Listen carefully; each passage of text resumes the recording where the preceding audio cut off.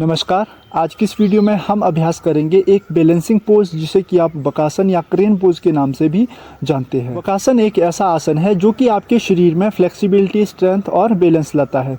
तो आज की इस वीडियो में हम सबसे पहले जानेंगे कुछ ऐसे सहायक आसनों के बारे में, ऐसी कुछ क्रियाओं के बारे में जो कि आपके शरीर में पहले स्ट्रेंथ लाएगा ताकि आप प्रिपेयर हो सके बकासन को करने के लिए। उसके बाद हम इस आसन का एनाटॉमिकली एनालिसिस करेंगे, देखेंगे कि किस प्रकार से इसका हमारे शरीर पर प्रभाव पड़ता है और हमें क्या क्या लाभ इसके प्राप्त होते हैं। तो चलिए सबसे पहले शुरू करते हैं कुछ ऐसी अभ्यासों से जो कि सहायक होंगे बकासन को करने में। अगर आप इन पूर्व अभ्यासों का अभ्यास लगातार करते हैं तो 7 दिन के अंदर अंदर ही आपका बकासन लगना शुरू हो जाएगा।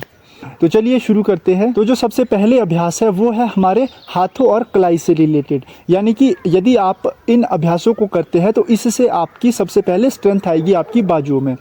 तो इनका अभ्यास करने के लिए सबसे पहले आप सिद्धासन, पद्मासन, किसी भी आसन में बैठ जाए, वज्रासन में भी आप बैठ सकते हैं। स्पाइन आपकी बिल्कुल सीधी रहेगी। अब क्या करना है, आपको दोनों हाथों को सामने ला देना इस तरह से।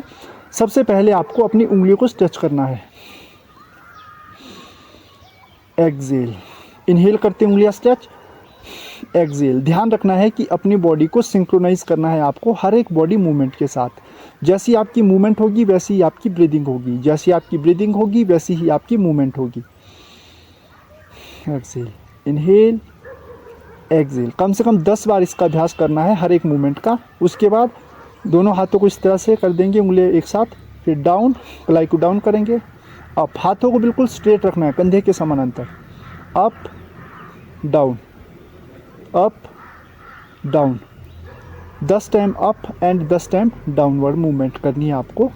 Inhale up, exhale down. इसके बाद inside movement, inhale up, outside, inhale in, outside, inhale, exhale, inhale, exhale. अब आप देख रहे होंगे कि कलाई पे जो है वो काफ़ी प्रेशर आपको महसूस हो रहा होगा। इसके बाद आपको अपने अंगूठे को बंद कर देना है अपनी दोनों हाथों के बीच में और रोटेशन करनी है 10 बार क्लॉकवाइज और 10 बार एंटी क्लॉकवाइज। जब आप डाउन जाएगा अंगूठा तो आपको एक्सेल करना है और जब ऊपर की ओर हाथ आएगा तो inhale, inhale, exhale, inhale, exhale. 10 बार हो जाने के बाद anti clockwise, exhale, inhale, inhale, Excel.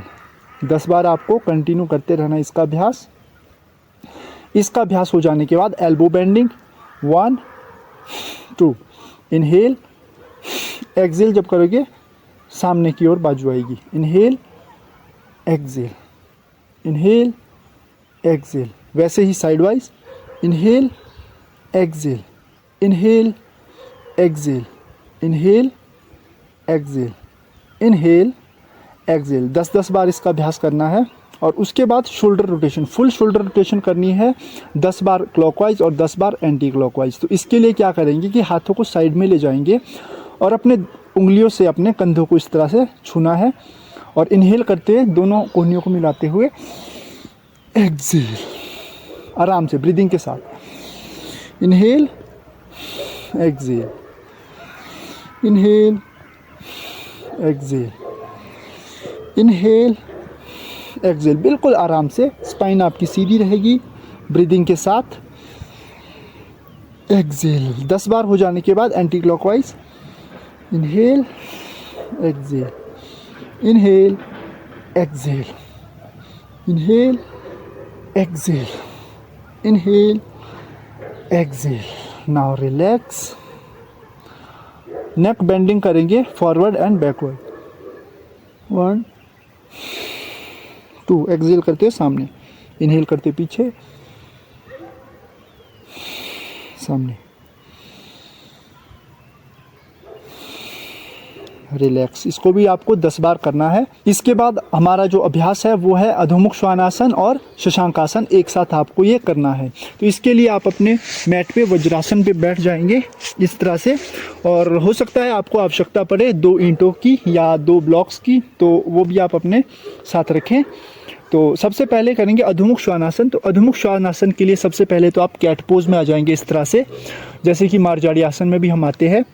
दोनों पैरों के बीच में, दोनों हाथों के बीच में गैप रहेगा जितना कि आपके कंधे के बीच है, ठीक है। उसके बाद दोनों पैरों को पीछे ले जाएंगे, इस तरह से ज़मीन पे लगा देंगे पूरी एरिया, और धीरे से जो अपने आपके पैर है उसे मोड़ देंगे। आपको घुटने से अपने पैरों को मोड़ देंगे इस तरह से। स्पाइन स्ट्रेट सामने की ओर देखना है, पूरा प्रेशर नीचे की ओर झुकना है आपको, आगे सामने की ओर प्रेशर देना है। और अब आप देखेंगे कि आपके जो शोल्डर में है वहाँ प्रेशर पड़ रहा होगा। यहीं से सीधे शशांक आसन में, शशांक आसन में पैरों को पीछे फ्लैट कर देंगे, हाथों को सामने की ओर स्ट्रेच करेंगे, चेस्ट को जमीन से लगाने की कोशिश करेंगे। उसके बाद वापस अधोमुख श्वानासन, ध्यान से देखिएगा। फिर शशांक आसन एक्सहेल करते हुए, एक्सहेल, इनहेल करते हुए वापस, एक्सहेल करते हुए शशांक आसन। 8 से 10 बार आपको इसका अभ्यास करना है। इसके बाद हमारा अभ्यास है पादहस्त आसन। पादहस्त आसन की एक प्रैक्टिस करेंगे। इसमें आपको क्या करना है कि सबसे पहले तो अपने पैरों पे आपको बैठ जाना है इस तरह से, कागासन स्थिति, जो कि मलासन में भी आपकी होती है। दोनों पैरों के बीच में गैप जितना आपके कंधे में है, और अपने दोनों हाथों को साइड में रखिएगा, अपने हाथों के, या फिर अपने पैरों के नीचे भी आप रख सकते हो इस तरह से, ठीक है। उसके बाद इनहेल करते ऊपर जाना है, अपनी चेस्ट और जो स्टमक है उसे पेट अपनी थाइस के साथ चिपका के रखना है इस तरह से। सामने को देखेंगे, फिर डाउन, इनहेल करते ऊपर, और आपको घुटने वहां तक ही मोड़ने हैं जहां तक आपको लगे कि आपका जो स्टमक है, आपका जो चेस्ट है वो आपकी थाई से चिपका है। एक्सहेल करते हैं down, inhale up, exhale down, relax. अगले अभ्यास में आपको अपने हाथों को जमीन पे अच्छे से जमा लेना है, उंगलियों को अच्छे से जमीन पे जमा लेंगे, और धीरे धीरे अपनी बॉडी का सारा वेट जो है वो अपने हाथों पे डालेंगे इस तरह से। 1, और फिर पीछे आ जाएंगे, 1, पीछे आ जाएंगे, exhale back, inhale forward, exhale backward, inhale,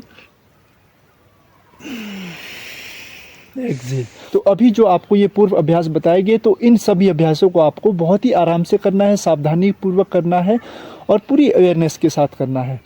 इन अभ्यासों को करने के बाद ही आप 7 दिन के भीतर भीतर जो है बकासन का अभ्यास आसानी से कर सकते हैं। तो अब हम करेंगे बकासन का अभ्यास। तो बकासन के अभ्यास के लिए सबसे पहले आपको इस तरह से बैठ जाना है, मलासन स्थिति, पीठ बिल्कुल सीधी। बेशक आप नमस्कार मुद्रा इस तरह से लगा सकते हैं। लंबी गहरी सांसें लेंगे और अपने आप को मेंटली प्रिपेयर करेंगे बकासन करने के लिए।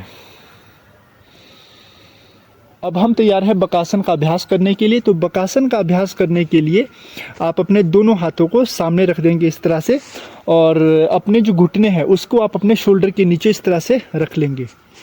मेंटली प्रिपेयर है। अब क्या करना है, आपको ध्यान रखना है कि आपका जो पूरा बैलेंस है बकासन करते समय वो पूरी रिस्ट पर आएगा, पूरी बॉडी का वेट, और अलाइनमेंट का विशेष ध्यान रखेंगे। अब धीरे धीरे सामने की ओर जाएंगे। हो सकता है पहले बार आपकी अभ्यास ना हो, तो आप क्या करें कि एक पैर को ऊपर इस तरह से उठा ले, सिंपल एक पैर को जमीन पे ही रखें, हाँ, फिर वापस बैक। दूसरे पैर से अभ्यास करेंगे, बैक।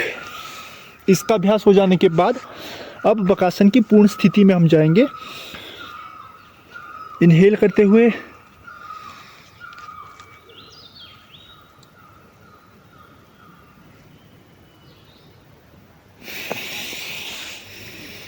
इनहेल करते हुए ऊपर की ओर जाएंगे, होल्ड, रिलैक्स। तो ये था बकासन का अभ्यास। अब करेंगे इसका एनाटॉमिकली एनालिसिस। जैसा कि आप इस फोटो में देख पा रहे हैं कि इस आसन को करने से मुख्य रूप से 10 मसल्स पर इम्पैक्ट पड़ता है। इसीलिए ये आवश्यक हो जाता है कि आप सबसे पहले अपनी कलाई और फोर आर्म को मजबूत बनाएं और उसे फ्लेक्सिबल बनाएं, क्योंकि जब हम इस आसन का अभ्यास करते हैं तो आपके पूरे शरीर का जो वजन है वो कलाई और फोर आर्म पर पड़ता है। इसीलिए ये आवश्यक हो जाता है कि आप अपनी कलाई फोर आर्म को स्ट्रॉन्ग बनाएं और फ्लेक्सिबल बनाए। साथ ही इस आसन का प्रभाव हमारे ब्रेन के पिछले भाग सेरेबेलम पार्ट पर पड़ता है, जिसका कार्य होता है हमारे शरीर का एक बैलेंस बना के रखना।